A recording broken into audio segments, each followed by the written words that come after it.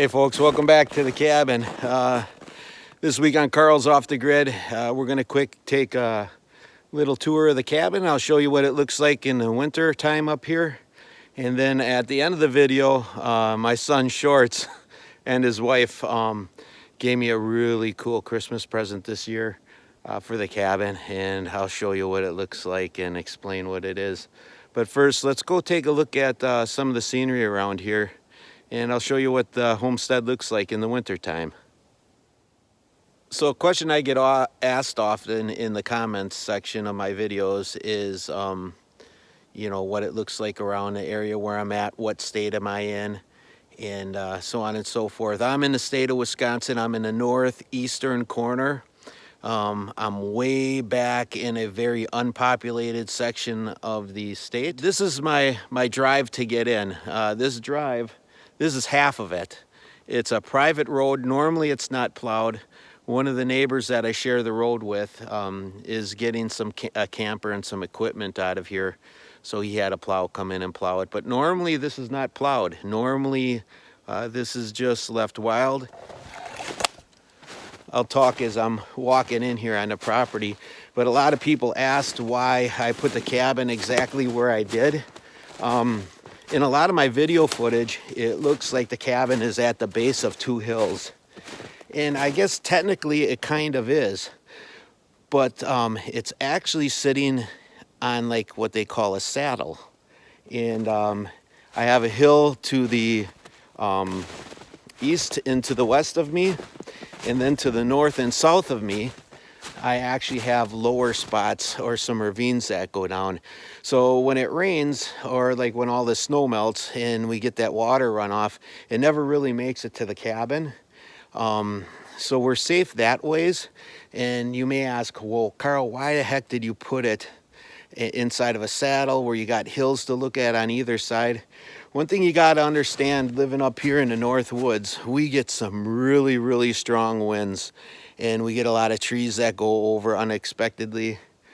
I wanted to get the cabin put in an area where I could conserve on my firewood. It would be out of the wind, and it'd be kind of hidden. So when I hunt the backside of my property, or when I let people come in and snowshoe, or when I let people come in and cross-country ski, they can go ahead and enjoy the property without having to see a cabin or a building in the center of it. So the cabin's very hidden, very secluded, and that's the reason why I put it there. I wanted to keep this as rustic and wild as possible so that everybody could enjoy the beauty of the outdoors.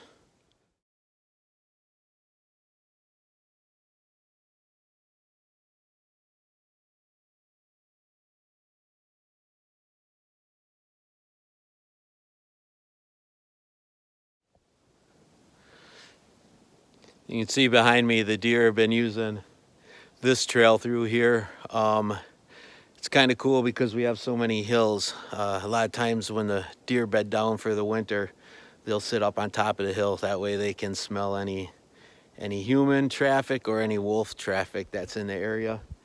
But maybe we'll see if we can find some deer beds, or this time of year, we're in January now. The deer up here will already start dropping their antlers pretty quick. So maybe we'll follow this trail for a little bit and see if we can find some shed antlers. Otherwise, I'll take you to some of the lower parts of the property.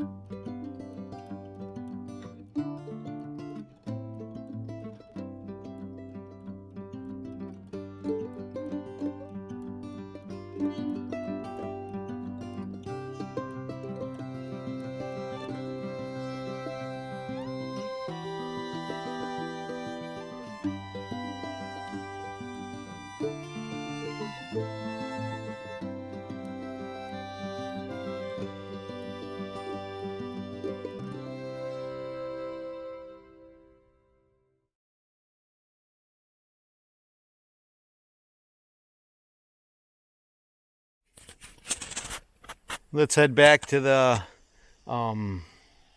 cabin, and I'll kind of show you the terrain as we head back there, as to where it is located, to show you that it is up on a bit of a hill, and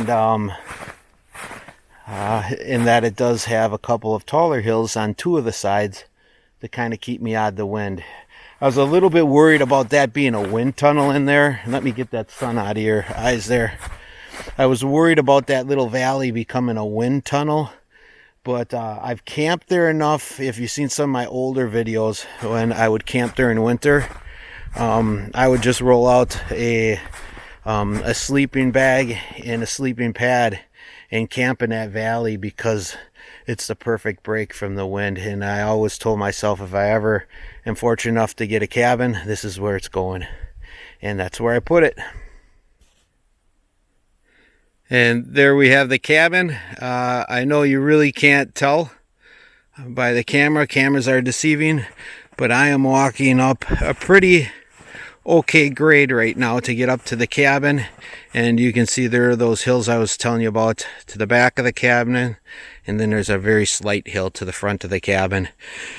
But the camera's deceiving. Usually when I take the footage of coming up on the cabin, it looks like we're way down inside of a valley. That hill isn't as big as what it appears to be. It's just a camera that plays tricks. And then this is the fourth and final side of the property. If you look up at the top of that hill, that's the back of my woodshed and the garage, and then the cabin is on the other side. So for those people that were wondering why we placed it at the base of two hills, we're really not at the base. It's like I said, it's on that saddle, and in the spring this is where all the rain runoff goes. You can see I still have a lot of wood down here that I need to clean out. Another tree that went over there, and a couple on this side that went down. And we were going to do that with our mini excavator video, but unfortunately the snow came a little bit earlier than what we wanted. So there you go. Let's go up to the cabin, and I'll show you the gift that Shorts got me.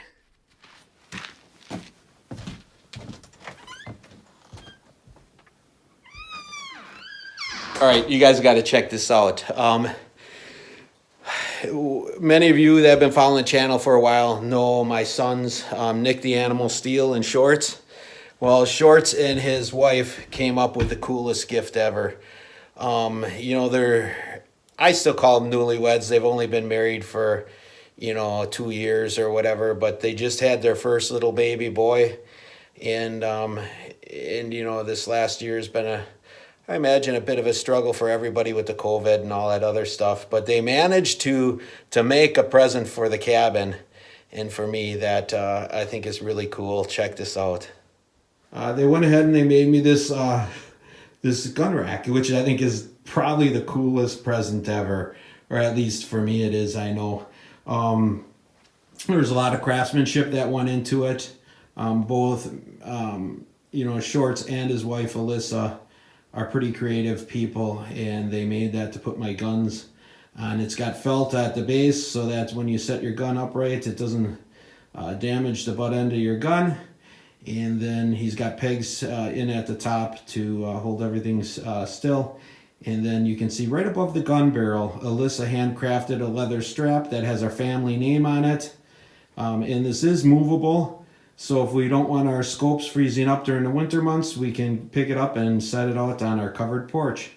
So Matt and Alyssa, thank you. Pretty sweet. I think that'll be a good fit for the cabin. All right, I'd like to thank you guys for joining me this week on Carl's Off the Grid. It's kind of cool to be able to get out in the property and walk after we got a fresh snowfall.